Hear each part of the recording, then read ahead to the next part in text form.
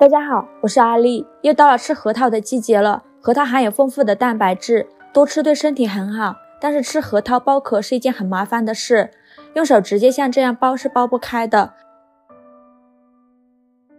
用刀或者是用锤子像这样敲打，这样做不小心还会敲到手，这样剥出来的核桃也是碎的。这样剥的核桃非常的浪费。那我今天给大家分享一个剥核桃的小技巧，非常的简单又实用。那先看看我是怎么做的吧。首先把核桃放入清水中，给它清洗一下，再控水捞出，放蒸锅中，盖上盖子，大火蒸10分钟左右。再把蒸好的核桃给它夹出来，放凉水中泡一下。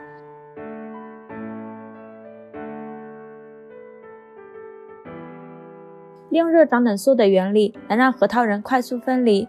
看一下核桃壳很轻松就剥下来了，这样剥的核桃仁也是完整的，一点也没碎。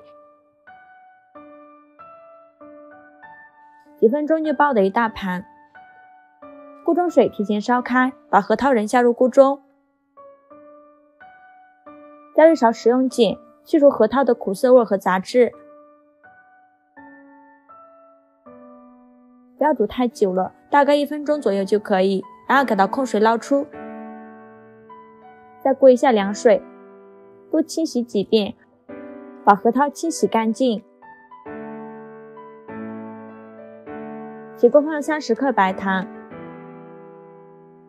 加入30毫升温水，开小火熬，熬的过程中用铲子不停地搅拌，开始会冒这种大泡泡，慢慢的就会出现这种密集的小泡泡，然后把核桃仁加进来，给它快速翻拌均匀。拌匀后加入一勺蜂蜜，继续翻炒均匀，把水分炒干。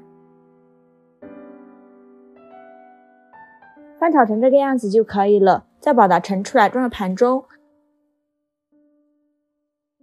然后在冷锅倒入凉油，把炒好的核桃仁凉油下入锅中，然后开火，把核桃打散，防止粘连在一起。随着油温升高，核桃漂浮起来，颜色变深就熟了。然后给它控油捞出，捞出来后把它放到油纸上，撒一些熟芝麻，用筷子把它们打散，放凉之后装入盘中。非常好吃的琥珀核桃就这样做好了，吃起来又酥又脆，而且香甜不粘牙，用来当零食或者是当下酒菜都是不错的选择，做法也是非常的简单。喜欢的朋友就赶快收藏起来吧，谢谢您的支持。